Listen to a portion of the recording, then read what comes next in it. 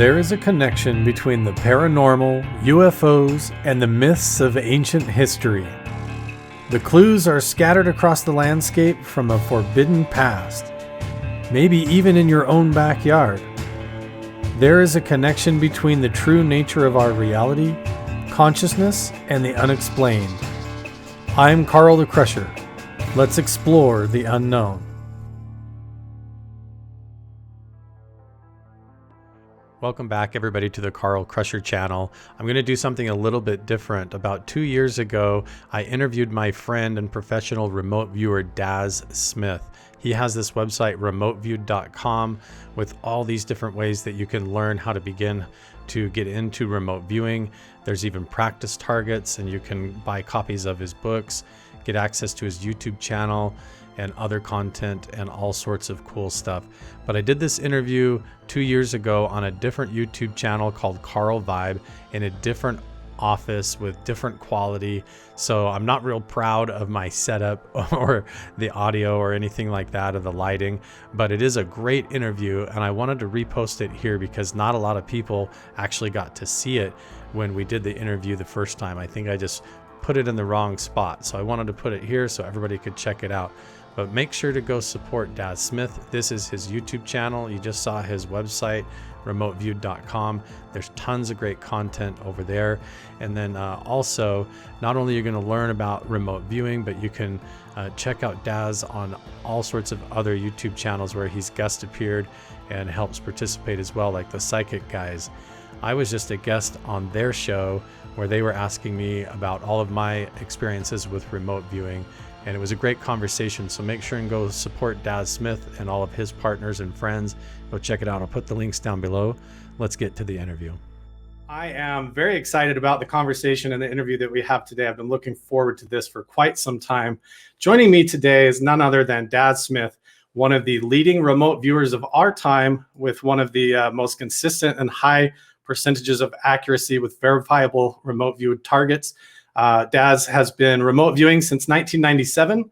He's been active in the remote viewing field and community since then, to the point of accuracy and confidence that he is able to actually film his remote viewing sessions and even share the results publicly. He also owns and operates remoteviewed.com and is also part of a team that remote views cryptocurrency markets for prospective investors called Crypto Viewing.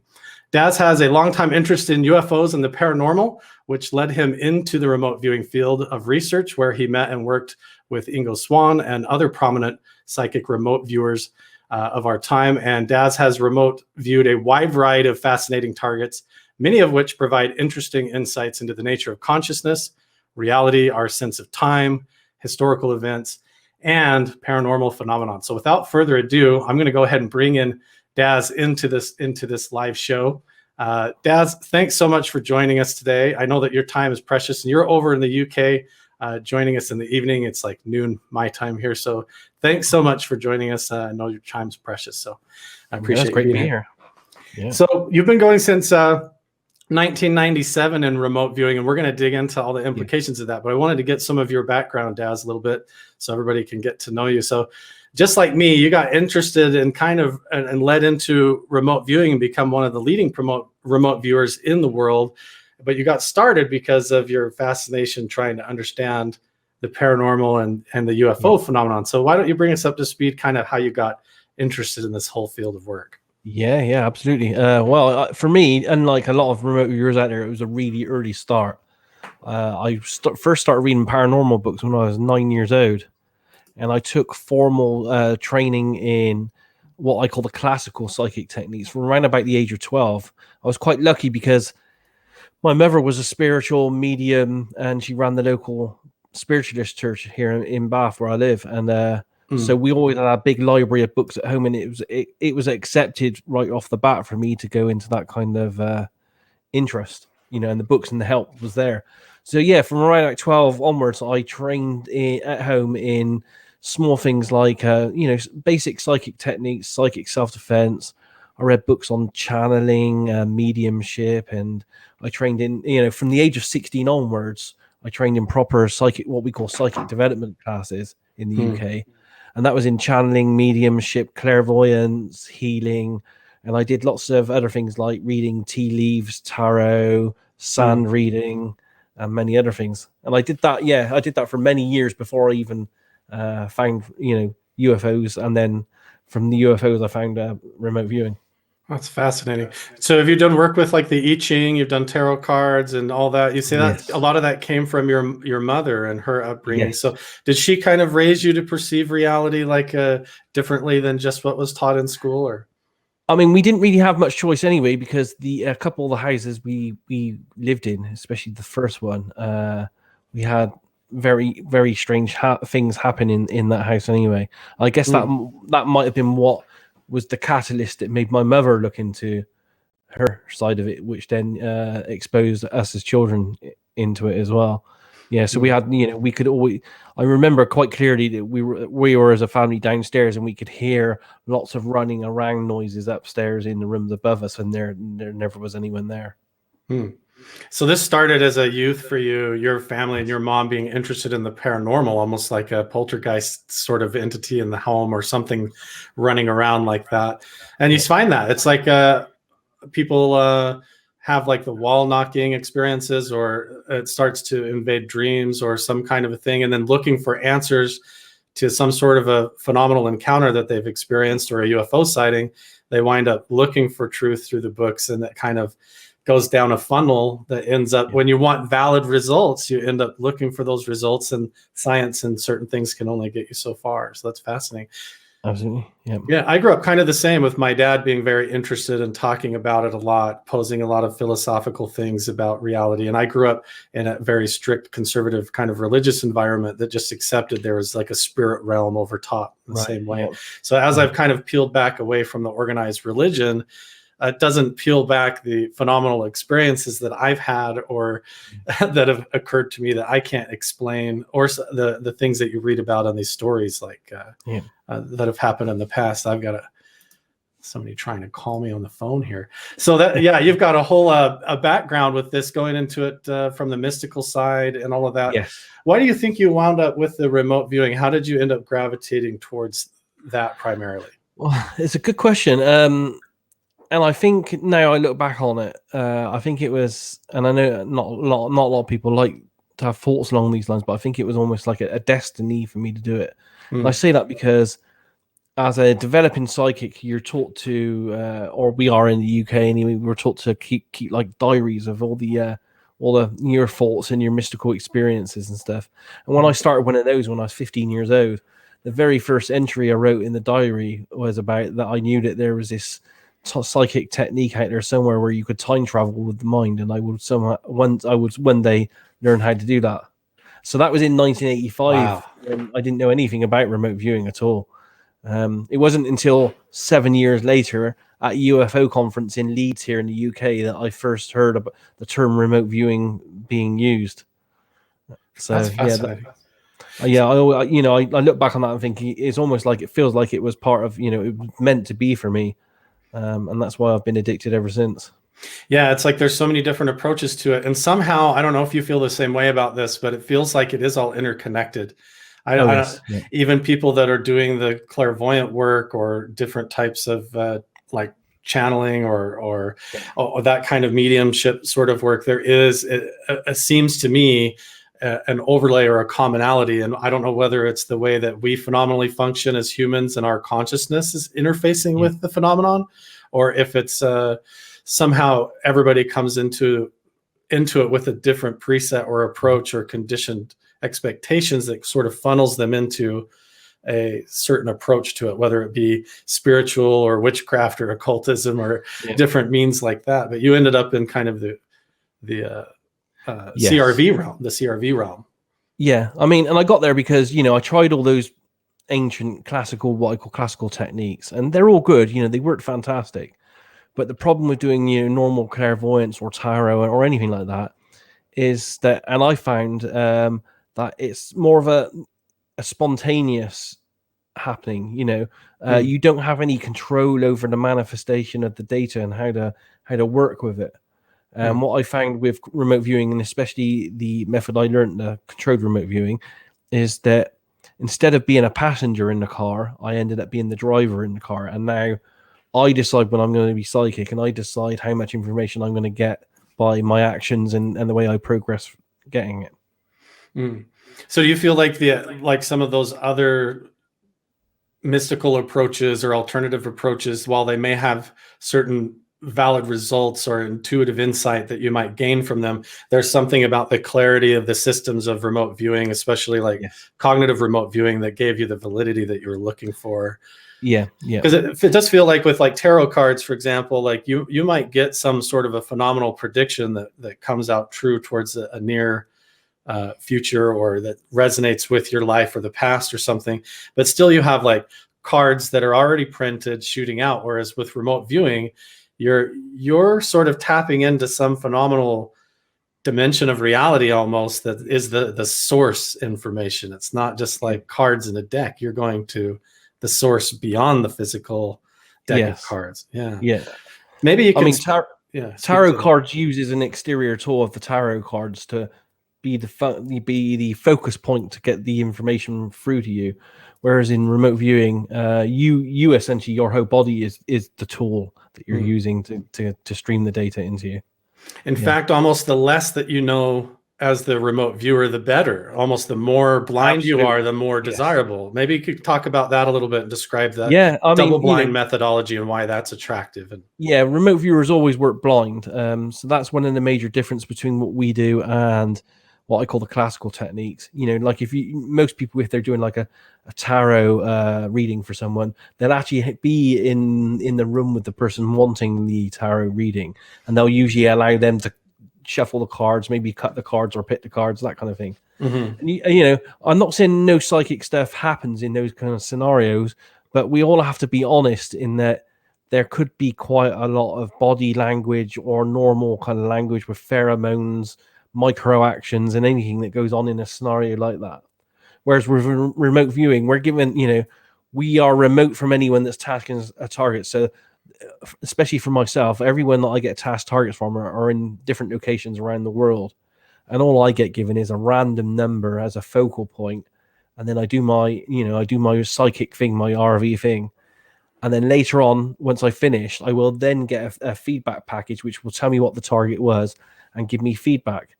And the good thing about having that feedback is it then allows me to review my RV data and see how accurate I was and see if there was anything psychic that actually took place. So you're then able to go through the entire experience, kind of like a big trust fall into the psychic realm and the viewing experience. And you're only given like a few numbers that are assigned to the task, and you have no idea what that's associated with.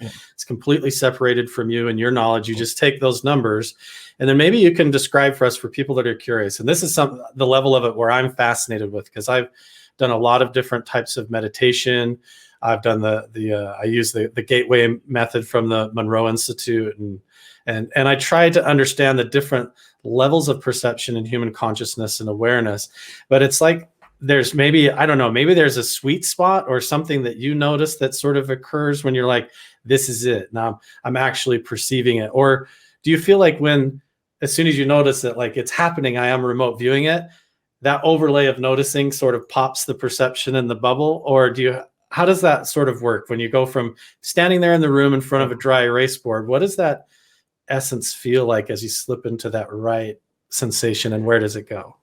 I mean, the whole remote viewing feeling is an amazing feeling, because you're in a state of what they class as bilocation. So you're half where you are in the real world doing your task.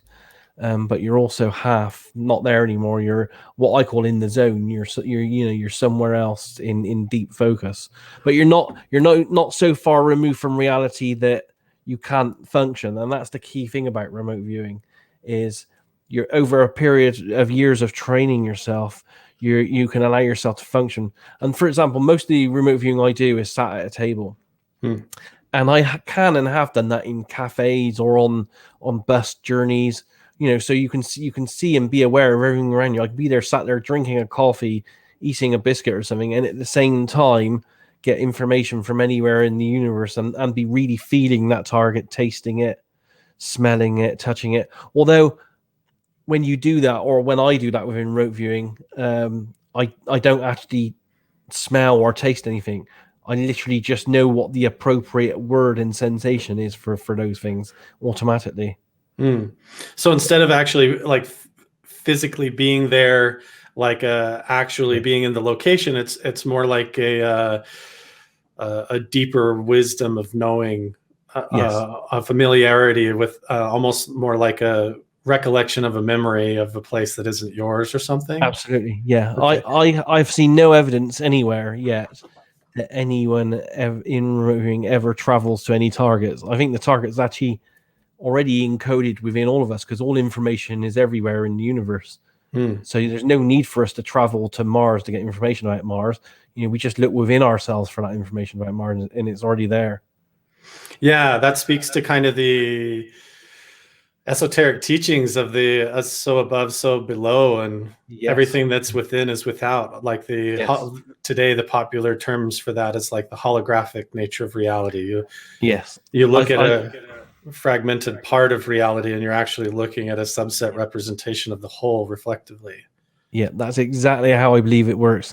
And I know people balk at this when I say this, but for me, the closest thing I can find to how I think the universe works and how we're all interconnected is the force in the Star Wars films. I think there is a force through everything in the universe, and it connects everything in the universe. And we as humans can tap into that. And not only can we get information from it, but through techniques like Qigong and Tai Chi and stuff, we can actually tap into that force and get medical benefits and energy benefits and use that energy as well. This I immediately in my mind started having images and thought of Nikola Tesla and the way that he sort of seemed to perceive reality. And he talked about the ether or this etheric field or some sort of like what we perceive as emptiness or empty space is literally just outside the harmonic frequency of our physical perceptions. It doesn't mean that it's empty at all. Yeah, absolutely. And it could be what people like Harold Puthoff, who ran the remote viewing program for a number of years, I think 15 or more years, could be what he's actually searching for right now, which is the dark energy, dark matter, or 0 point energy. And this again all suddenly delves into this idea of there being some sort of an etheric realm or entities that may exist in that realm, which is something that a lot of my viewers are really interested in. It's why I got into the topic and why you wound up in the field. So maybe we can talk about that just a little bit. I know we're not too far into the show and we can bring a bunch of validity into it as we go, but just for a little bit of fun, what are your thoughts on extraterrestrials or other dimensional entities that might exist in these realms outside of our physical reality, or that might explain your curiosities with the UFO UAP phenomenon? Oh, that's or the extraterrestrial. Sorry, we'll break that down. I know that's yeah. I mean, before I got into remote viewing, I did actually write a book, and I don't publicize it much, but I wrote a book called Surfing the Psychic Internet, and it's available online. And that's essentially 10 years of me using classical psychic techniques and almost like channeling, and it's the experiences and discussions I had with non-physical life forms out there in the universe, and they were trying to explain to me how the universe works and how it's always trying to strive for an element of balance in the universe. So from those experiences, I encountered all kinds of really strange life forms that I can't prove exist. They were non-physical, and they range from really strange alien type looking beings to what most people encounter, which we would class as shadow type beings as well. I had quite a few battle type trysts with psychic kind of shadow type beings that didn't want myself and the other people that were exploring these realms to do and be and to achieve what we were doing with the psychic techniques. What is a battle with a psychic entity like? Can you describe that? Is it sort of like a personal subconscious battle with inner demons sort of experience, or is it more externalized than that? It's, well, bearing in mind it's non-physical, and it was all in this kind of all in my head, but not in my head kind of realm. It's not too dissimilar to a kind of Neo versus Agent Smith type battle from the Matrix kind of thing. It actually was like a physical confrontation. I guess it was more like a psychic one, but in the realm we were doing it in, it materialized itself in a physical form of actions like that. Yeah, Mm. that's the It, best way I can put across. Bearing in mind, yeah, none of it's so non-physical. It's sure. hard to describe to people that don't experience this, the kind of things that happen to you. I find myself often when I try to relate it to people, and I'm not saying my experiences are the same, but maybe they are similar in some sort of way. But it's almost like in the same way that in a dream or a nightmare or something, even at night in the dreamscape, the tussle or the encounter or the interaction can feel very physical. It can feel Yeah. very real, can feel very actualized, like you're there in a Yes. sense. But then the awareness when you wake back up or come back to normal awareness and functioning, the realization is, wow, like in the processing of that whole Yes. experience. How would you say you differentiate the difference between these just being sort of subconscious daydreams or hallucinations? Like how would you explain to somebody the difference, how you can tell? I mean, bearing in mind we're talking about a different technique than remote viewing here, because I don't have this kind of problem or interaction in remote viewing because I just Mm. don't allow it to happen. These were more spontaneous kind of techniques. Yeah, it's interesting. How do I explain it that it's different? It has a lucidity about it.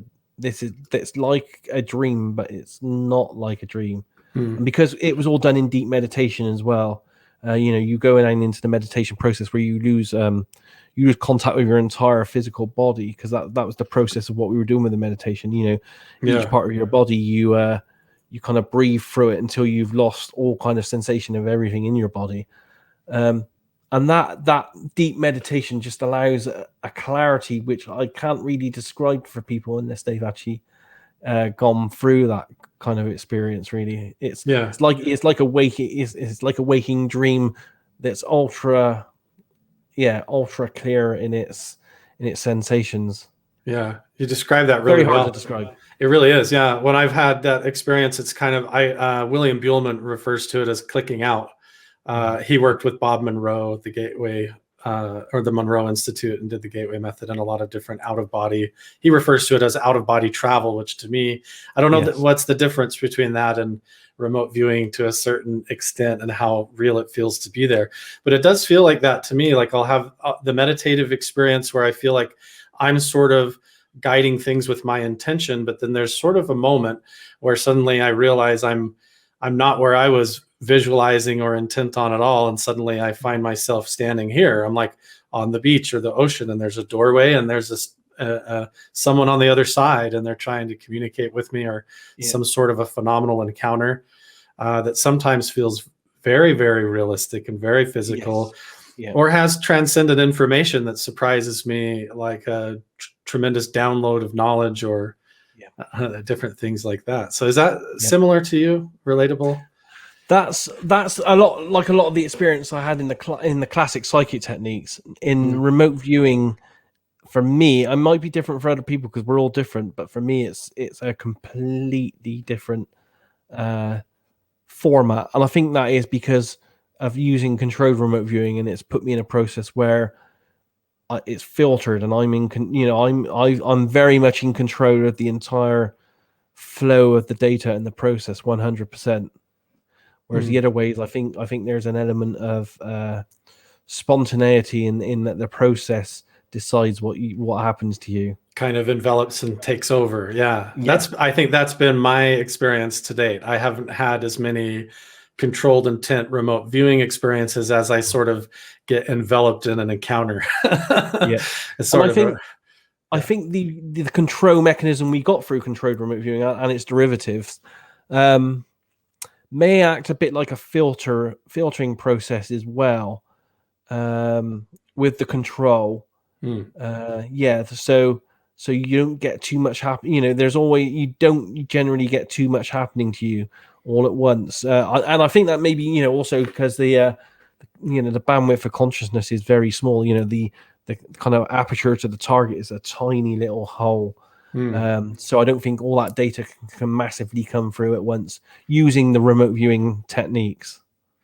Right. So it's whereas like in regular meditation, you're going into maybe an openness where you're sort of like a radio signal, just going open to see, is there any Yes. signals out there to receive? And here's my antenna to come and receive that signal Yes. and interface with. Whereas with cognitive remote viewing, you're sort of providing a framework or a scaffolding where you're turning the dial and tuning into a particular target, which is the random double-blind numbers that you're given, Yes. sort of as a symbolic subconscious director or pointer. Yeah.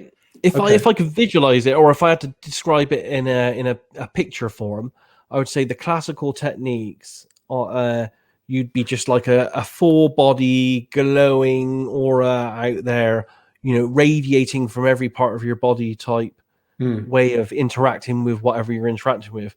Whereas when you're doing it with remote viewing, it's almost like from your third eye type area or something. I would visualize a laser-like beam of focus only going to the target, and that would be the only connection point for that very small pencil-like laser beam. Like normally day to day, everybody walking around is like a regular light bulb, and they just flip the switch on. They get up, they have a diffused awareness of their reality of their day to day around them. But as a CRV remote viewer with a specific targeted task, you're taking that and focusing it in almost like a laser beam to look at a specific point in time, or specific target or person or place to try and get that information directly rather than just where you're at here and now. Yeah, and because the focus point is specific and it's direct and it's it's small laser like, instead of this diffused kind of approach of getting bits and pieces from all over the place. That's why as remote viewers the data seems to come in small, very small clusters and chunks that we build up over the hour or so we're doing the remote viewing, so that we get an expansive picture, or we essentially build up a virtual reality picture of the target in our heads and in our consciousness from all the data that builds up during the hour that we're doing it. So if you're on a team of remote viewers, there might be 4 or 5 different people, and they might all come back with different pieces, almost like that seems to happen a lot. Like different eyes on the same head, all looking at the same thing from a different perspective, or yes, and this is something else which is over the last 20 years is just mind-blowing me, really. I've come to the realization that it seems as though there is some kind of intelligence or consciousness behind what drives the remote viewing process. In that, if I'm working with a team of viewers, and we do this quite a lot, 4 or 5 remote viewers all looking at the same target, Summit seems to cut up the target and says, okay, Daz over here, I want him to focus on that. Edward over here, I want him to focus on this, and this guy over here to focus on that. You might get a very small part where there's overlaps, but something somehow, some kind of mechanism breaks the target up so that you all get different bits that constitute a greater picture of the target. It's not like you'll all focus on the same door of a craft. You will all go to different parts and different, and so it seems like there's some kind of intelligence behind it that controls that. And that blows me away. And not just that as well. When we think that we're getting right to the idea of understanding how remote viewing works and several other things, or like understanding how projects like ARV works, where you try to win money on horses and games, that kind of thing. Yeah. You think you're almost there. You're doing your trials. You think, yeah, this is it. I've cracked this. I'm going to publish this, let everyone know. And then everything it just changed. It completely flip on you. It's almost like there's something there, a Joker type personality behind the scenes that says, you think you're there, you're not. Let's flip it completely on its head, and you have to start from scratch again every single time.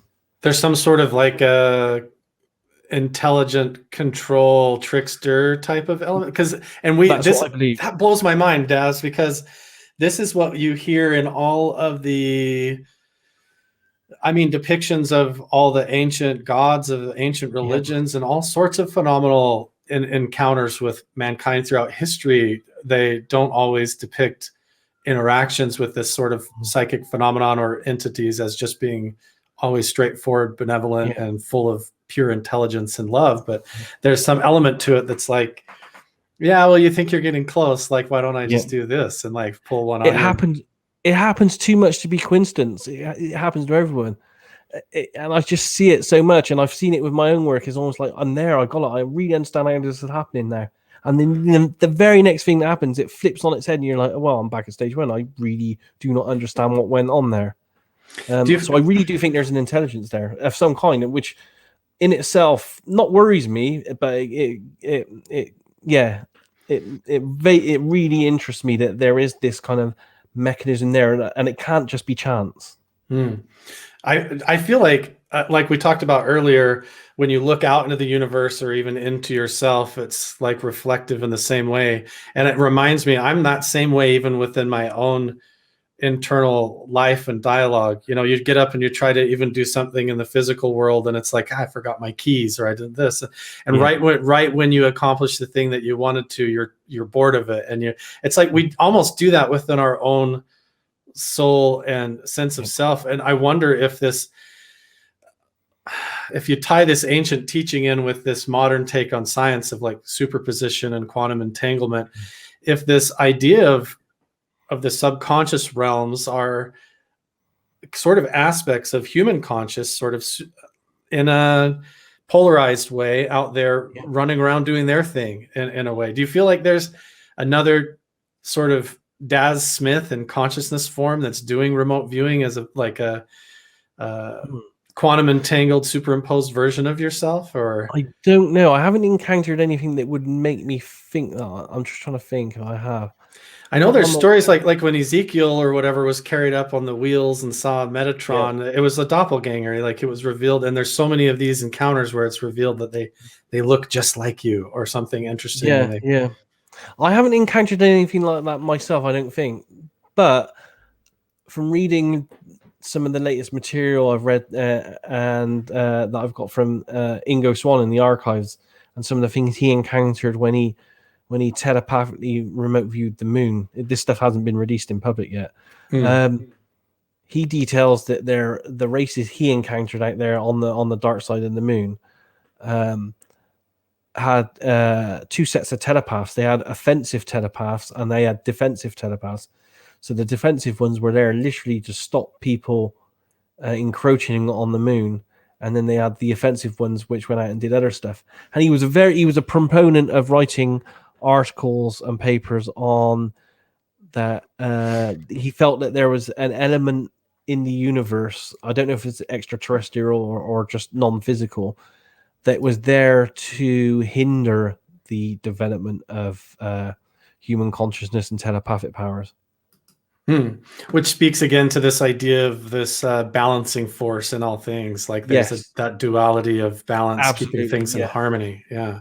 And We as humans always like to think of things in black and white, and it's not quite like that. It's always on a moving scale of things, I think. So I think there are life forms, non-physical life forms, and probably alien as well, because I think there's different ones. I think there are life that have been on different levels of this planet that we can't generally see longer here than we have. I think there are good ones of those, and there are also bad ones of those. And I think the universe itself, on many different levels, is always striving for a sense of balance, and it's never going to have a sense of complete balance. But sometimes it slips slightly into a darker side and slightly into a lighter side at other times. And I think that's what may be happening on many different levels. Yeah, I think we sit in the middle of it, and we have Yes. a bunch of opinions about what's good and bad or right or wrong Yes. through that, when really the harmony, like you would listen to a piece of music, you don't say, the low notes and the pauses between the notes are bad ones, we should avoid those and only play Yes. these. But we don't understand that whole balance of everything in Absolutely. Yeah. perfection. And we have to bear in mind as well, as a race of human beings, we've probably influenced in what we did, but for many thousands of years, we've hobbled ourselves in that. Throughout history, we have essentially tracked down and killed many of the people with these intuitive powers and techniques and stuff. The witch hunts and all kinds of religious things that have gone out and destroyed people that are seers and prophets. So we've not been I believe some of that was from our own making, but I also believe that some of it was probably influenced by beings in the universe that do not want us to reach our goal, as much as there are ones out there that do want us to reach our goal. Yeah. And it seems like sometimes along that path, you get experiences where it seems to go really well and the interaction is going really well. And then suddenly it takes a bizarre trickster sort of turn, and then the whole thing falls apart. And sometimes to the people's ruin or even their own death, like you were saying. Yeah. It's crazy. It's so complex. Sometimes I feel I understand it, and sometimes I feel like I'm just a child playing in a box of sand and letting it run through your fingers, thinking, what am I doing here? So, Daz, you're one of the leading and most accurate, credible remote viewers today. Do you have any concerns about that, about getting on the radar of not only people that know that this stuff is real and legitimate and have keen interests on it, but also these other entities and other beings that maybe don't have your best interests in what you have to show and teach mankind? Do you have any stories or any insight about that, or in your life experience? I mean, I haven't had any battles with any dark beings for many years now, not since I stopped doing the classical stuff. But it might be because I went down a whole different route with the remote viewing. It was a bit more focused in that most of the work we do within remote viewing is on physical targets that exist, whereas my previous decade of work before that was essentially going into the realms of these psychic entities where essentially where they live, where they inhabit, because that's what you do when you go into the channel and the deep spaces of your meditation and stuff. You go out there, whereas I think remote viewing is me in here putting the information into me rather than extending myself out into their universe. Kind of like looking into the spyglass as opposed to going on the vacation. Yes. Yeah, you could equate it like that. Yeah. Okay, well, that makes sense. It's so fascinating to me. So maybe we can dig into this a little bit. What are some of the more phenomenal or interesting remote viewing targets that surprised you, that are shocking in regards to the phenomenon, or maybe even not? Like, I know that you've done one that blew my mind was the JFK assassination. That's what I was just about to say. Yeah. How you followed John F. Kennedy through the task and actually continued and had a whole kind of a viewing experience of what it was like him going into a sort of afterlife. Or can you tell us a little bit about that? Yeah, I would say that was my probably my favorite and most influential remote viewing sessions. So yeah, it was a blind target. It was tasked me by the Farsight Institute over a period of weeks, maybe even a period of months. I can't remember too much now. And it started off on paper. And then once we finished paper stuff, Courtney literally just said, "You've done enough paper now. Now do the whole thing on whiteboard," which is what we did. And you had you had no idea through the whole thing until it was revealed at the very end, like on camera, that it was even the JFK assassination that you were doing. I mean, obviously, because I'd done paper sessions first, I built up a kind of idea of data in my head and on paper of what the target might be. But no one gets back to you in the process and says, "Yeah, you're correct. Carry on doing it," or anything. Like, at step one, on day one, you have no idea when you're given those numbers. It could be something in the ocean or something. Yeah, it could be anything in the universe. And bearing in mind, when I worked those ones with Courtney, like the JFK one, I wasn't even given a number. It was literally, this is we're on our 8th mysteries target. Your target number is mysteries 8. And it ends up being the JFK assassination, which was the target that they put in the. Wow. Yes. Okay. But, we don't. For us, it could have been. I mean, in those cases, we were doing a run of targets called mysteries. So, I guess I was front loading the fact it could have been one of the millions of mysteries in the universe. Sure. I had no idea what it was going to be. Yeah, and it didn't even have a target number. As I said, I think it was called something like 8 or 12 or something. So in that case, when I did my RV sessions, I just used the date of the day I was doing it on. So like today, the number of, if I used today's number for my focus number, it'd be 2608, the 26th of August. And that would be what I would use is my focus number. So I did my paper sessions. And then and I send them back to Courtney, and he would, he would either send a message back saying like, "Carry on," or "You've done enough now." And eventually, after doing about 6 of those, he said, "Yeah, you've done enough. Now do the whole thing that you've done on paper, do it on whiteboard in front of a camera." So I started that live in front of a camera. And I was recording all the information, and it felt like there was information that seems to be accurate for the Kennedy assassination. I didn't know that at the time, but I had fast-moving small objects coming in towards a life form that was interacting with that life form, which, so bullets kind of thing, and I felt that it was all moving in a vehicle, that kind of stuff. But during the remote viewing session, live on whiteboard, I kind of wandered off target in that I felt that there was a life form having an event that felt like it was a life event. It was something very serious. So I decided to shift my attention towards that and follow it. And that's essentially what this video comprises of. But funnily enough, Courtney, because it was so off target and it wasn't, following someone as they go through a death event, wasn't essentially part of the target. All that information ended up on the cutting room floor. Courtney didn't use it in the original video because that didn't interest him. It was only after we did it that I thought it was so profound and that me and Dick put that together in its own separate video. Yeah. Can you describe a little bit? So you followed, basically, for people that might be struggling this, you remote viewed blindly the JFK assassination event and moment. Yes. And then that remote viewing experience carried over where you followed what appeared to be the target, which was John F. Kennedy. Yes. Proceeding into some sort of an afterlife realm. And what did you see that like? What was the afterlife for? Well, with remote viewing, it's a bit of a misnomer, really. You don't really see an awful lot. It's generally all about internal feelings. Sure. And feelings, ideas, and concepts.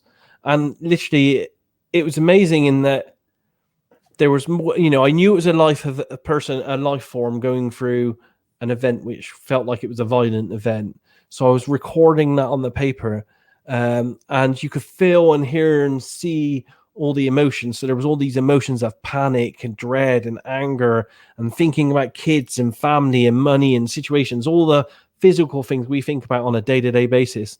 And literally it was like a light switch just instantly flicked up, and just everything like that. That was just all gone instantly. And then it was just like a moment of just almost like pink kind of peace and quietness. There was like lots of noise, all this oh no, hill or help, oh pain, emotion, and then it's just gone. And it's almost like someone flicks a switch, the light goes on or something, or the light goes off, but all the sound goes off at the same time, and it's just quiet, peacefulness, love, kind of like it's all that rolled into one, really.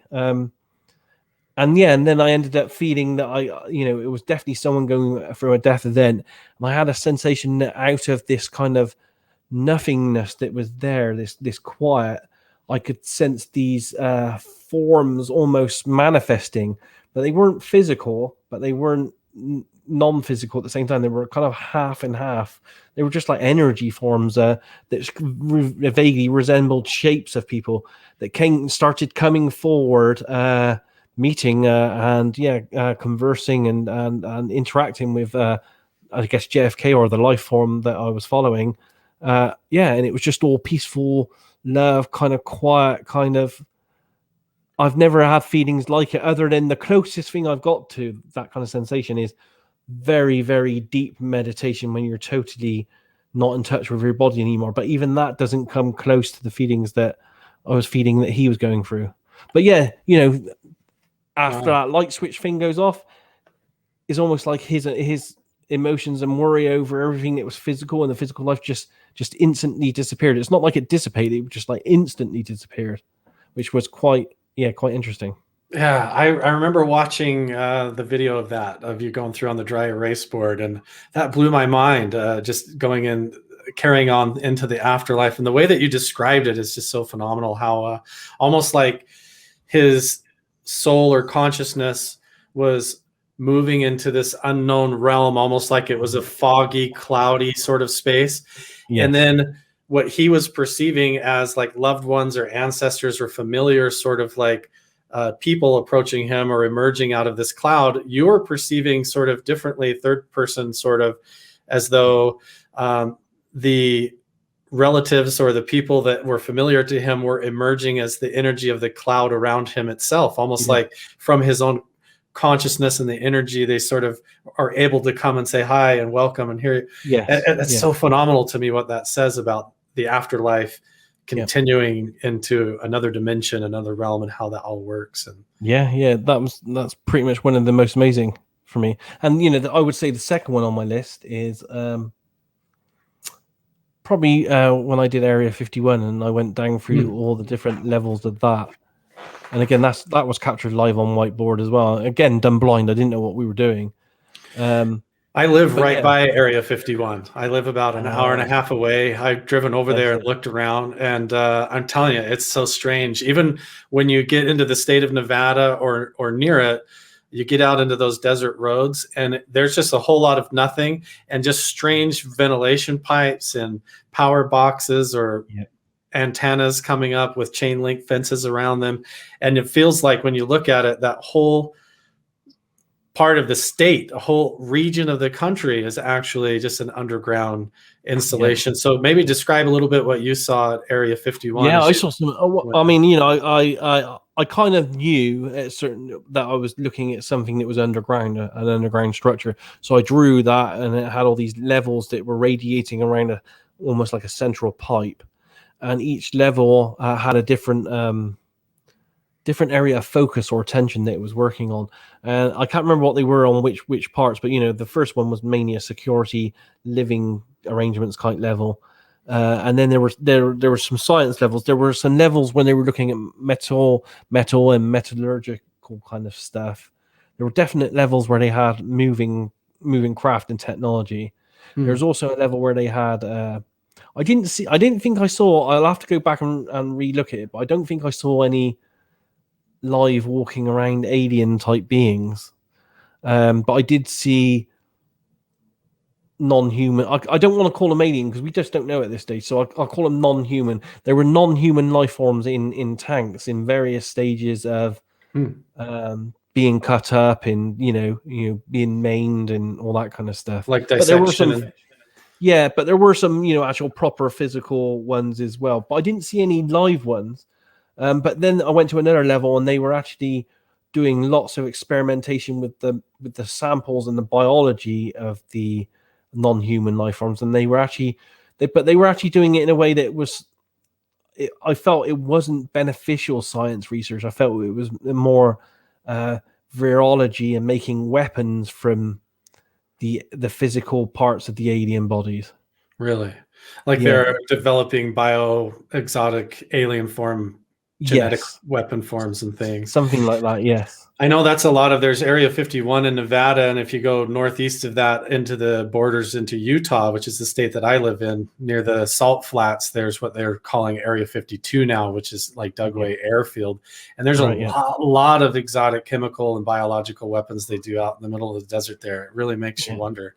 You saw almost like, I remember Area 51 being just like, airport hangars and things and like runways or driveways on the surface, and then as your consciousness probed deeper and followed it, it's almost like a big pine cone underground, like a spire going down with radial rooms coming off of it. Spokes off of a wheel. It felt like it was radiating out at different levels as you went down. It spiraled downwards, and they did have a level that did proper physical weaponry as well. I didn't really understand. I can't remember. I'd have to go back and review it, but they were doing that. And I also, at one point, and this is what really amazed me, because I literally only just managed to find feedback on something like this, is in one of the areas there, I saw that there was a football-shaped sphere, around about this kind of size, and it was metallic looking. And as I was probing it, kind of intuitively, I felt like there inside it actually was a conscious living AI type machine that was there, and it felt like almost like it was in a packing crate somewhere or something, or in some kind of containment, so they kind of knew what they had, but they didn't really know what they had. They didn't realize the power that this thing had. And I thought that was mind-blowing, and I didn't really understand what I was seeing. And literally just this week, I turned on the TV one day and I saw a paranormal documentary, and it was about some people, I think it was in Brazil. They were on their farmland one day and they found a metallic sphere, and they called it the Betz sphere, perfect shaped sphere, and they just found it in the forest one day, and they took it home with them, and it used to follow them around the house and stuff. And I've seen that. Yeah, I've heard of that. Yeah. Yeah, and they X-rayed it and stuff, and they felt that it had this consciousness inside. And I was like, they then got it examined by the military or the government or something, and no one knows where it went from that point onwards. And I was like, whoa, this ties in with what I saw. This is so freaky. Yeah, That's the first time I ever heard of anything like that. That's so bizarre. Paul Smith, the remote viewer, he lives a half hour from me here. His school is just like up the road from me here, where he teaches remote viewing CRV stuff. And he talked about that too, seeing the being tasked maybe by Russell Targ, I don't remember, somebody back in the old days to look at part of the moon. And he said he saw the same thing, like a big craft that suddenly seemed to almost not only be conscious, but seemed to perceive and be aware that it was being remote viewed, which is very fascinating. Yeah, this thing knew that you were there. Yeah, and it felt like an artificial intelligence, but it felt like an artificial intelligence that was fully conscious on a greater spiritual level than I probably am.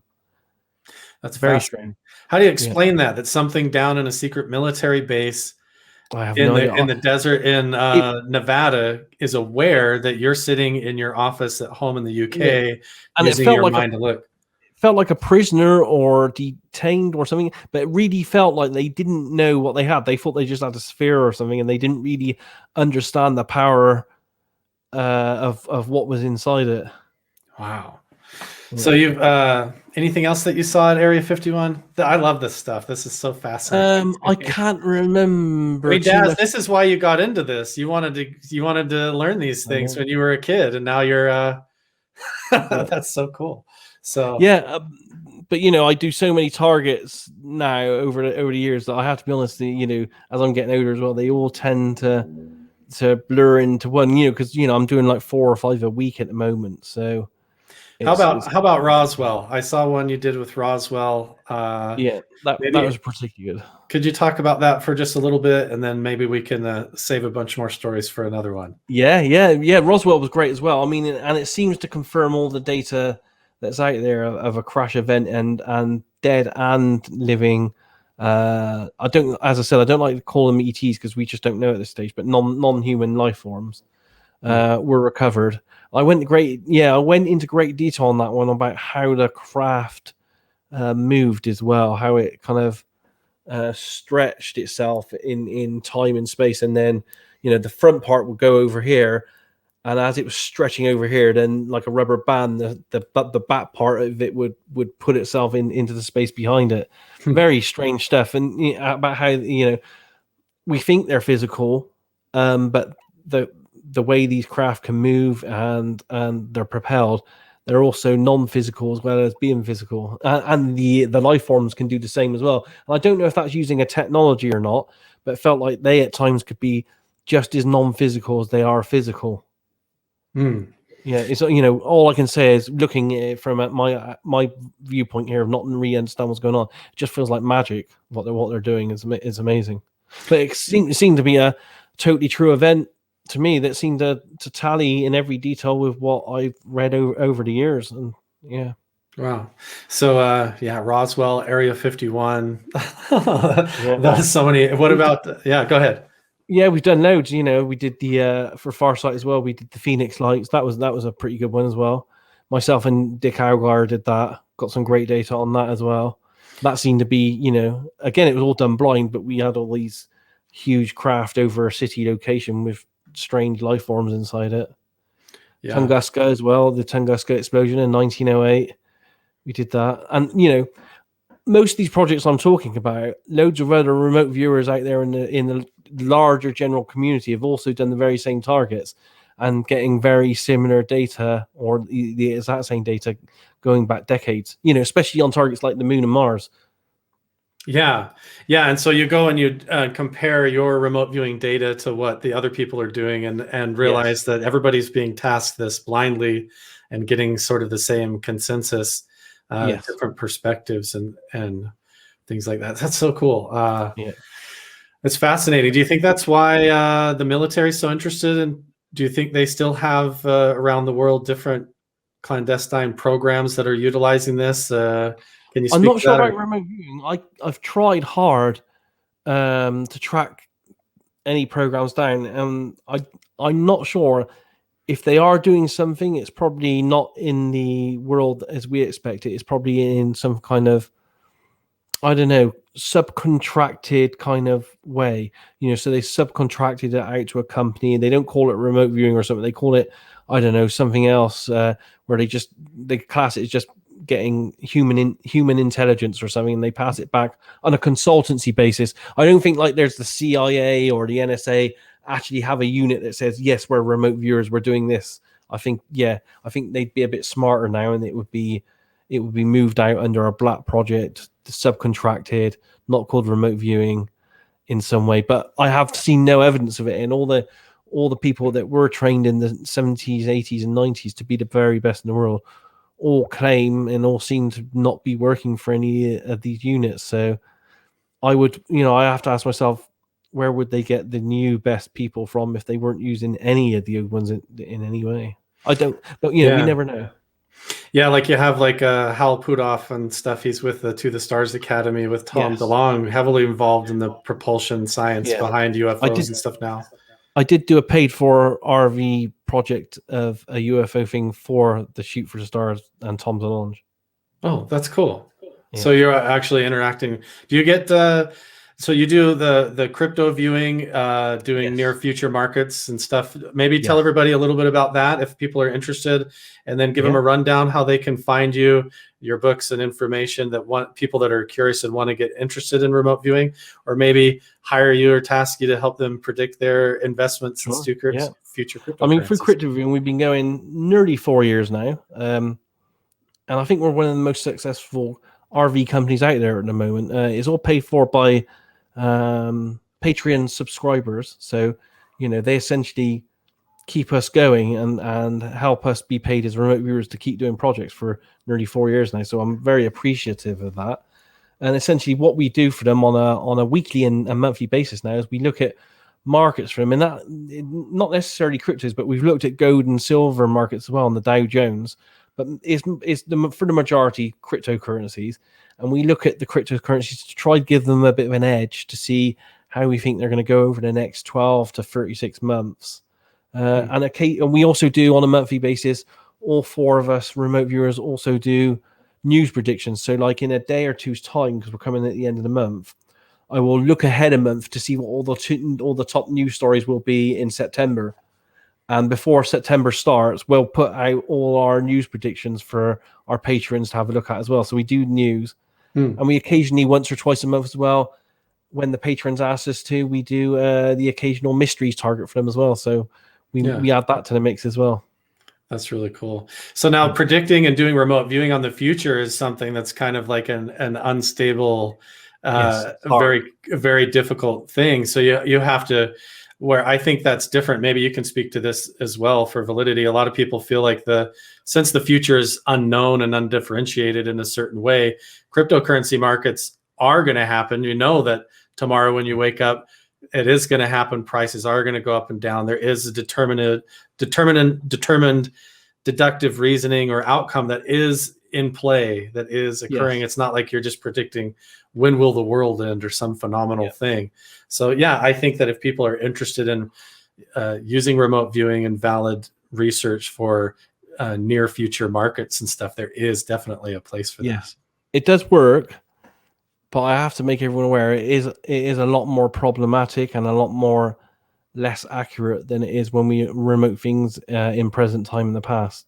And we don't know why that is, but we think it's because all the probabilities for a single event haven't collapsed to a single scenario at the time we're looking at it. And I guess the farther out we are, or the farther away we are over here from the actual target event itself, the more possibilities there are. So it may start off with like 5 finger possibilities here, which coalesce into one the closer we get to it. But we don't know. And there are other things in play as well. I have to be honest. I think like big events like cryptos and like markets and like sports games as well, where you may have like the I don't know, the World Cup or one of your sports over there in the US, like the Super Bowl or something. It's like the Super Bowl where you have X amount of 100 million people all invested in the outcome, either one way or the other. I think that because there are 100 million people on each side of the coin all pulling and pushing for a certain outcome to happen, that maybe the outcome we predicted as a remote viewer a week before might not happen, because the intent of a certain group of people might just nudge it that little bit, to what they want. So there's all these kind of things that's happening out there that hinders us when we look at future events. But I think we're getting enough good, clear, concise data in crypto viewing to help people make money. For example, I don't have a lot of disposable income, but my disposable income I put into crypto viewing in buying cryptos over the last 18 months, it's gone up over 560%. Oh, wow. And you can only get we should talk, Daz. Yeah, you can only get 2 or 3% from a bank. So yeah. No, that's fantastic. It's almost like the future, even though you don't know exactly how it's going to play out. It's almost like everyone in human consciousness is traveling down the river, and there's a million different infinite multiverse possibilities of offshoots of where that could go. But as you approach the fork in the river, there is a split that occurs, and you go down one or the other. And as you go down that river, you and your team of crypto viewers and people can sort of predict where that's going with a high degree of accuracy. That's really and amazing. In the last couple of months alone, if you want, I could put, I don't know, can we share screens? I could put up a session and show you if you want to have a look at one. If you send, there's a private chat. If you look on the StreamYard here, there's a private chat link. You can send me that. Let's see. I don't know if you'll be able to share it, but if you send it to me to where I could pull it up, I could show it. I don't know if there's any way to do that. I have got a share screen button though. Does that? Try it. Let's see if we can try it. Okay, bear with me a sec. Let me see if I can grab one a second. Everybody's great here. August. So I'll grab one of my most recent ones. Sure. I'll just open it up a sec as a PDF. Yep. I should be able to. Okay, so let me view. Right, share screen. Share screen.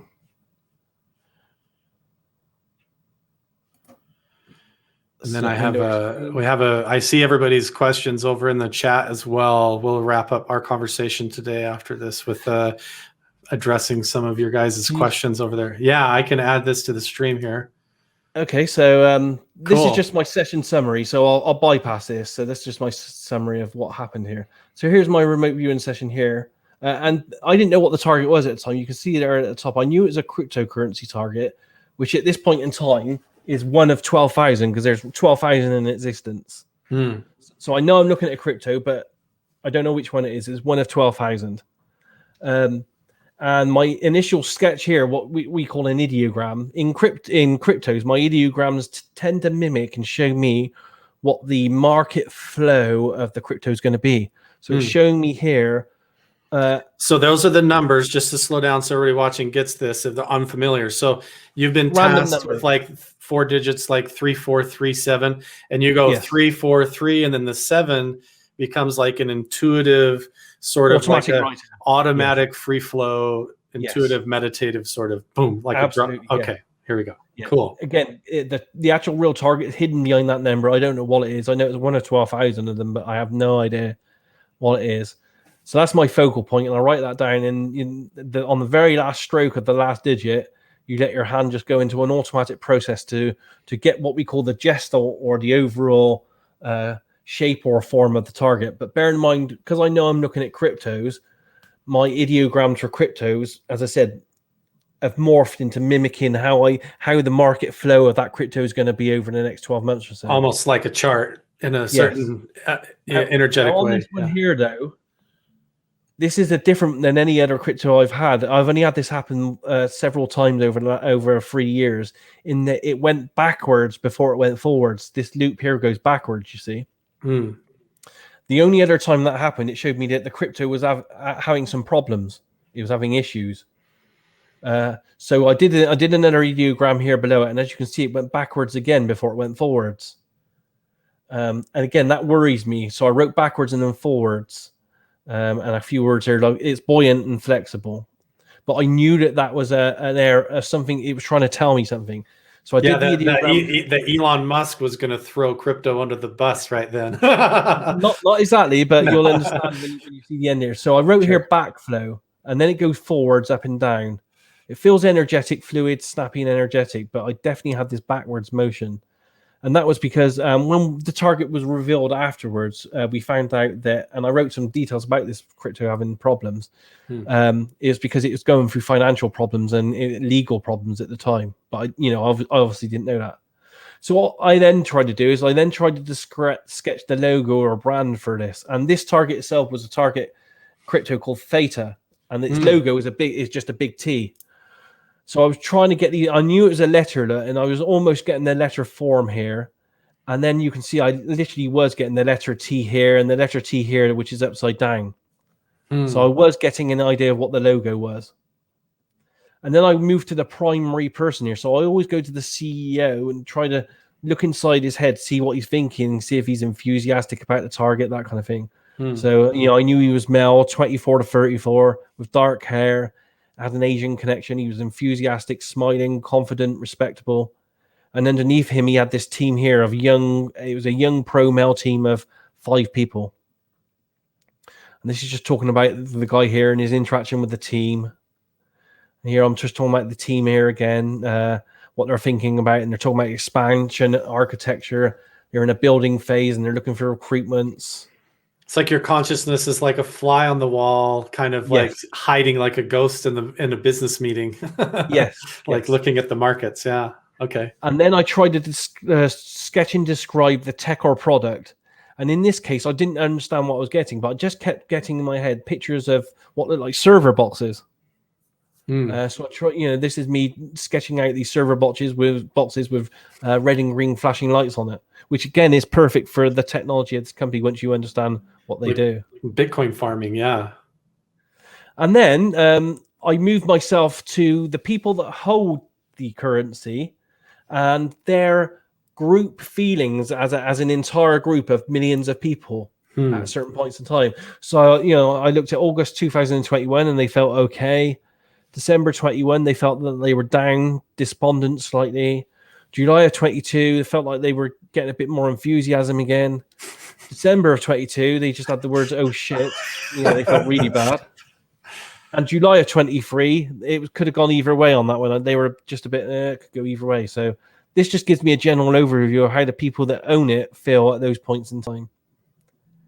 Then I do some sketches of how I think is going to move. So this is January to end of August 2021. How I feel the market, crypto is going to move in the market.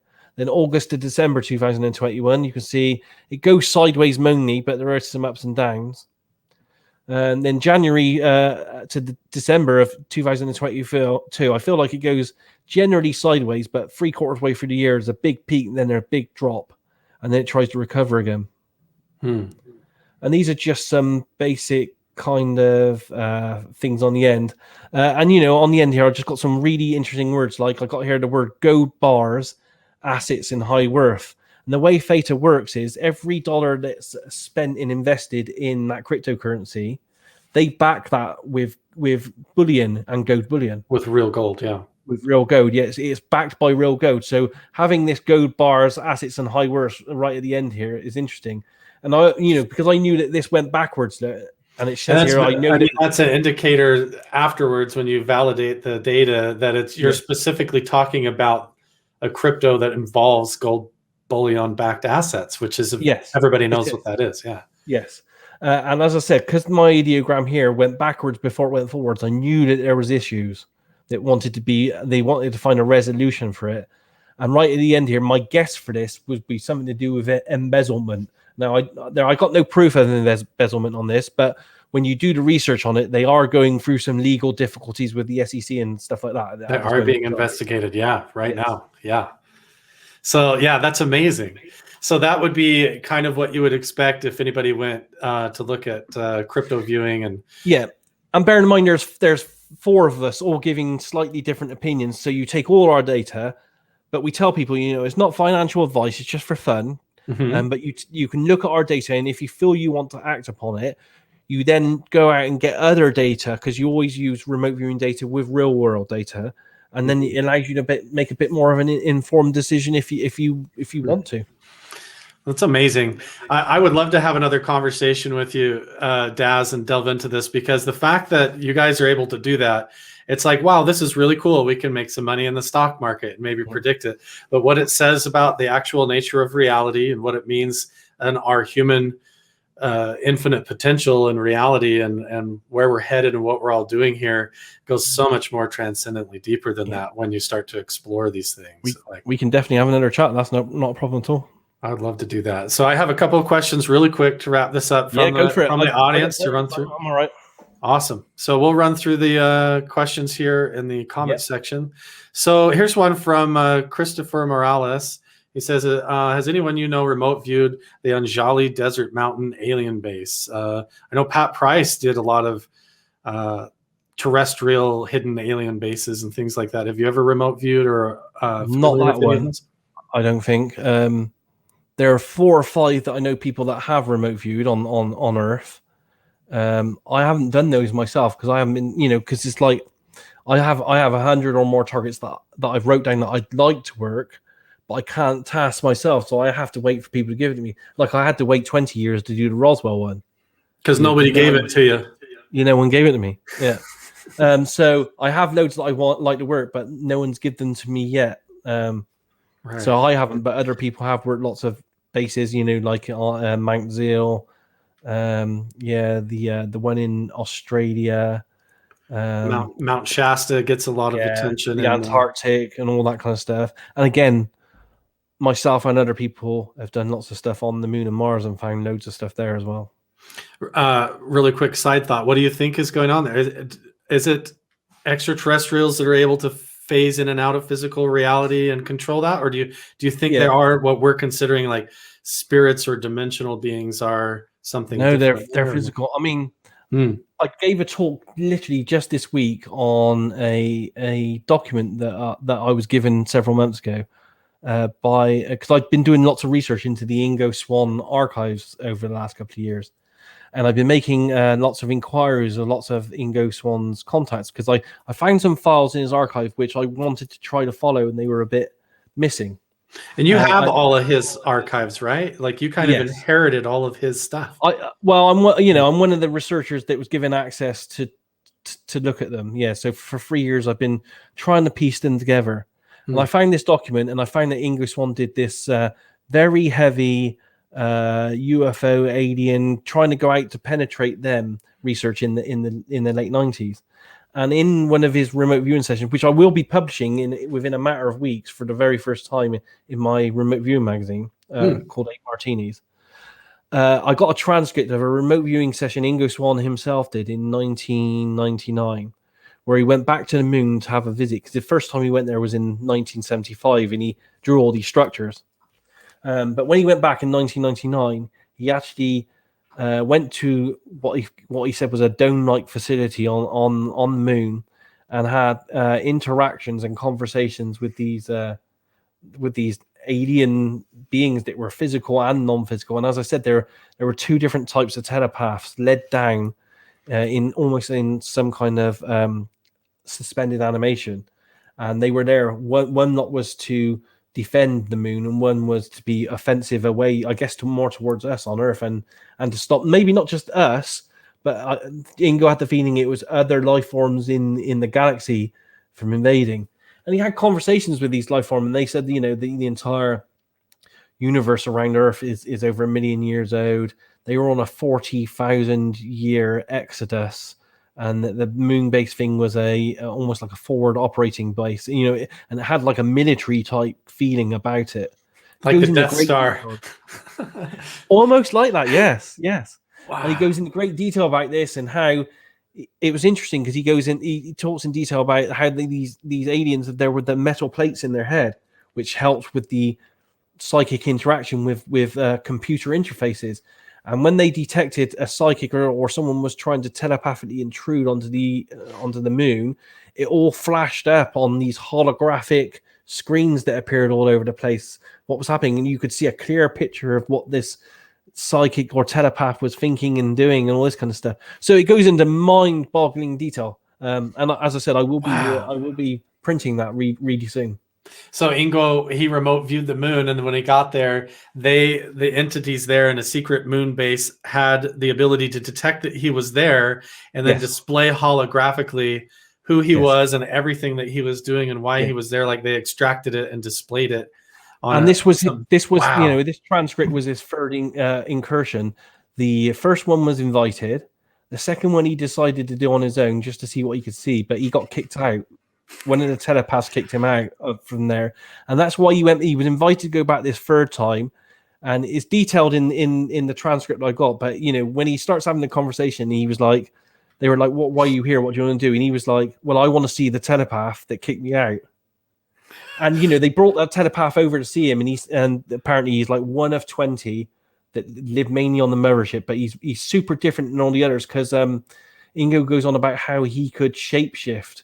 He could transform his shape and dimension into anything that he wanted it to. So he was one of 20 and he was special and he was older and wiser and all this kind of stuff. Anyway, it's amazing stuff. Wow. And I'll be publishing it soon so you and your listeners will be able to read that. We'll definitely do that. And when that comes out, I'll keep an eye on it. I'd love to have you back on so we can maybe show on screen and go through and introduce everybody to some of it. We can go through it in a lot more detail. Yes. That would be amazing. I'd love that.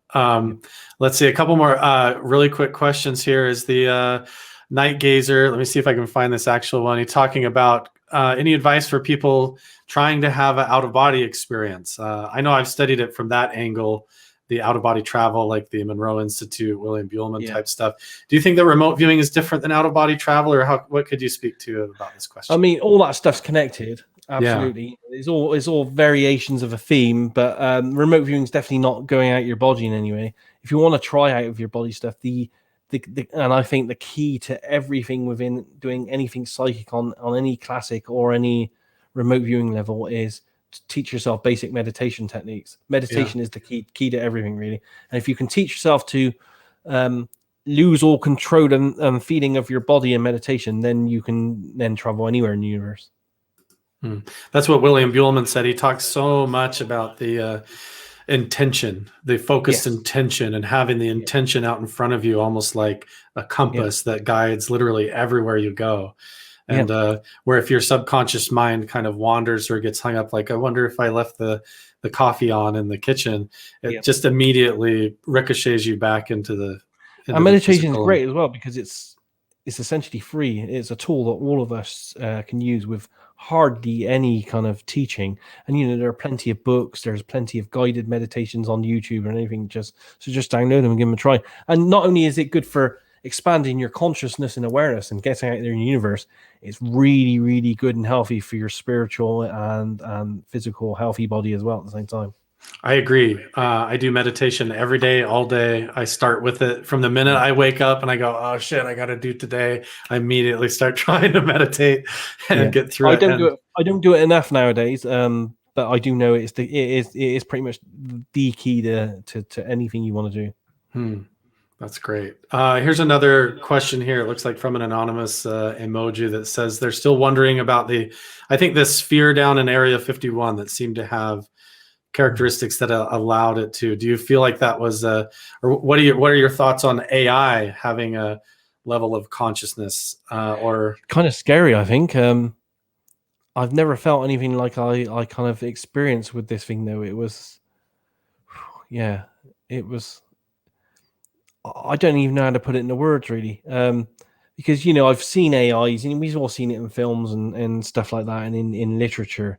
This felt almost more alive than we are as humans, which was very strange. But literally felt it was in hibernation, waiting, and not maybe in waiting. I do get the impression that it was being contained, being stored, contained. Yeah, and it felt a bit lonely actually. I think, like it's just been sitting there in kind of a stasis sitting there for years.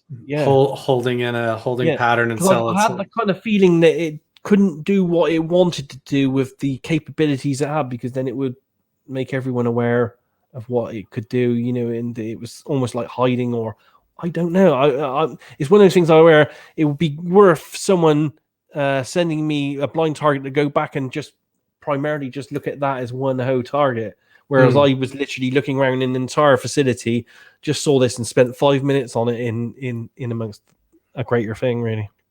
I know that you're like super busy with your like work and crypto viewing, and you have to put stuff on the table, but I want to throw out there, Daz, if I learned how to task you things, I could come up with like your wish list and I could sneak them in there for you if you ever wanted to. It's in there. I've, as I said, I got a list here that I've compiled myself of 98 targets that I want to look at. But send them to me and I'll pepper them in some kind of an intermittent type of experience, because I would like to get into it. I'm really considering going up with Paul Smith and maybe doing something with him locally or doing it online.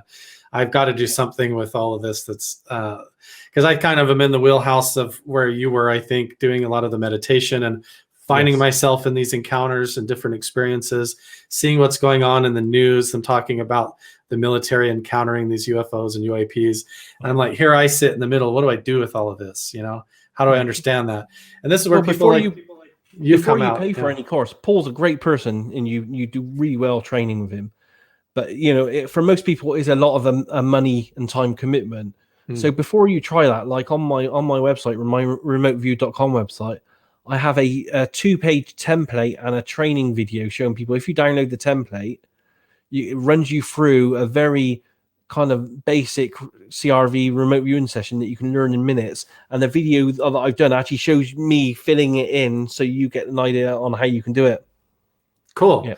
So maybe I'll just go start there and absolutely give that a try for a couple of attempts just to see how you feel with it. If you have the aptitude to do it, because I like to be honest with people, you know, to be really good at remote viewing does take 2 to 10 years or more of intense training and a lot of money and dedication. So try it first in any method just to see if you really want to take it that far. You know, it's a bit like learning karate or a martial art. To be a black belt, you got to put in the years.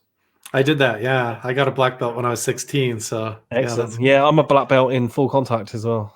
Nice. Yeah, I never. The UFC MMA stuff started coming out. It was still very illegal, right, when I was coming into adulthood and got married and all that. But I never got into full contact. That's cool. But, no, I did all that in the ring. In the ring. Yeah. Yeah. And to pass the black belt in what I did, you had to fight 2 opponents at the same time as well.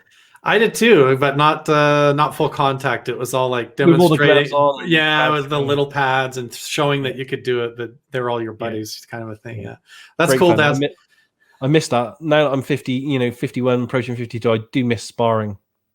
Yeah, for sure. I've got like a little gym in my right underneath my office here down in the garage that I have a couple of heavy bags and run around. But yeah, the physical stuff, I go into the actual gym and I end up just wrenching my back, or I feel good. I'm like, I feel great. Wake up the next morning and I'm like, I don't know if I can't move. Can't move or anything. I've been there. That's me most mornings. Yeah. For sure. Daz, this has been a really fascinating conversation. I hope everybody got a lot out of it. And I definitely would love to have you come back and discuss some of the things that you're uncovering and the philosophy and the nature of human consciousness and reality. A lot of this stuff, as it comes out and the government starts to slow bleed or release disclosure things, people are going to be looking for answers. They're going to be nervous or scared. And I think people like you and Paul Smith and other people that are kind of pioneers of this field, just like I told Paul, just like Neil Armstrong and Buzz Aldrin going and trying to walk on the moon. It's interesting to explore these different levels of human consciousness like a pioneer. And absolutely, yeah, consciousness is the new frontier. I think we don't know where it's going, how it works, but as I said, I feel it's the bit like the Force. Everything in the universe is connected by a force, and everyone out there, all the people listening, all the people with questions, they can all do this as well. So you're like Obi-Wan at this point. We're not special. None of us are special. We all have access to the force in the universe. We can all do this. Each and every one of those people there listening can do this. Yeah, a lot of people, I think today, they want to look for some sort of genetic tracer or some anomalous thing in their birth that explains why they have psychic abilities. But you're saying everybody has this if they're willing to tune themselves it's on up. A scale. Some of us are just going to be able to walk, but some of us can run, some of us can sprint, and do the 100 meters in X amount of seconds. So it's a scale of your ability, but everyone out there has got some kind of ability. Absolutely. Yeah. It's beautiful. Daz, thanks so much for joining us today on this show. We'll do it again. We'll definitely do it again. I'll stay in touch. And thanks everybody for joining in the chat with all your comments and questions. It was really fascinating. We'll see you guys in the next one.